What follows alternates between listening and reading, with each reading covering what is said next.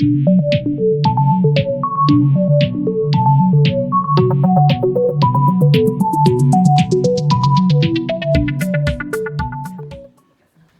hesitation. 1, 2. Oh, see, I already found that. That's why we're all of. So change of direction takes you normally approximately a quarter turn to the left. So think of it as like the first 2 steps of a left turning box. Forward, turn. And then drag the foot in. There's your hesitation. The drag hesitation,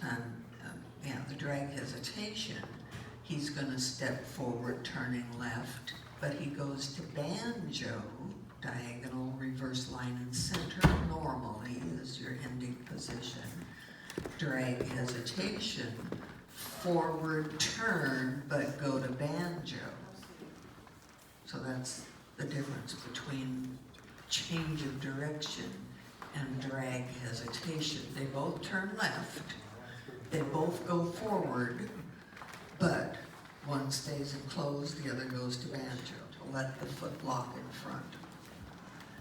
So you're going to take your step here together. Now, ladies, you're taking a forward step.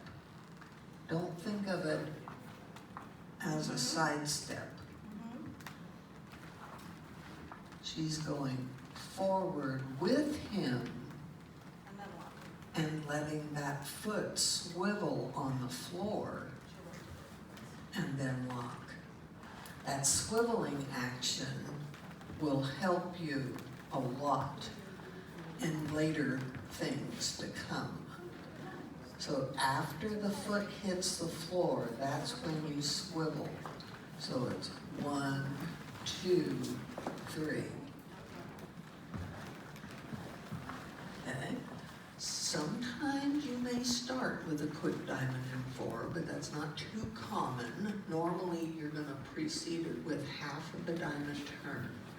So if we do half of our diamond turn, we're facing reverse line, diagonal wall, and banjo position.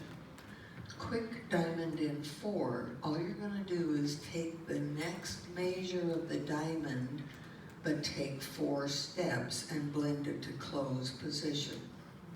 So we're still going to do the next measure of the diamond, 1, 2, 3, but now he's going to take 1 more step and blend me into close position. And that's your quick diamond in 4. So that whole thing was the quick diamond in 4? No, just that one measure.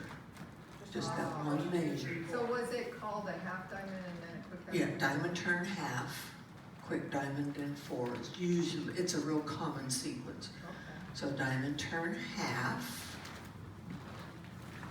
quick diamond in 4, face the line, dip back and recover. Where would you have ended up if you'd done a full diamond? You would have gone this way, yeah. So it just trims off that last little bit. Yeah, and it trims off a whole measure because a quick diamond in 4 takes 1 measure, and if you finish the diamond to turn, it takes 2 more measures. Okay. So it changes because of that. Okay. Pivot. So remember your telemark to semi. We end up in a nice, good semi-closed position, diagonal line and wall. Now when you cross pivot, you're both going to step through, but he's thinking about coming across in front. The ladies you're going to do a pivot to sidecar. So that's your cross pivot. Ends up in sidecar position, man face, and basically a line of dance. This particular one afterwards was twinkle to banjo, phase 2, forward and point, and an impetus to semi. Okay, I have problems getting to banjo, that's my guess. So when you do your telemark to banjo, remember fellas, you have to allow her, because she's turning 3/4 of the way around with her heel turn. So she's taken a step back, she's doing a heel turn, transferring to the toes to push off and step back on that telemark to banjo. So it's gonna be 1, 2, 3. She still does a heel turn, but partway through the heel turn, she's gonna transfer to the toes so that you can push back and get into that banjo position. Okay? And the men are having to delay just a hair to allow her to get that final turn in there. On our last step, we delayed the last The step. last step, just a hair. I mean, it's not a beat, it's not any, it's just a slight hesitation to allow her to come around and get into position. So when we do our telemark to banjo, Okay. 1, 2, 3. Forward, forward, lock, forward. Forward, ladies, devil, okay. Outside swivel. Okay? If we do a telemark to semi, I'm here. If I do a telemark to banjo, this head never goes this way. I'm gonna keep it over here and I'm gonna keep my Velcro intact so that I never release to semi-closed position. Telemark to banjo, 1, 2, 3. And what you're doing is you're doing this. You're going, look and then I turn yeah, back. you're going to semi and then going to banjo. You don't have time to do that, and it throws you totally off. Okay?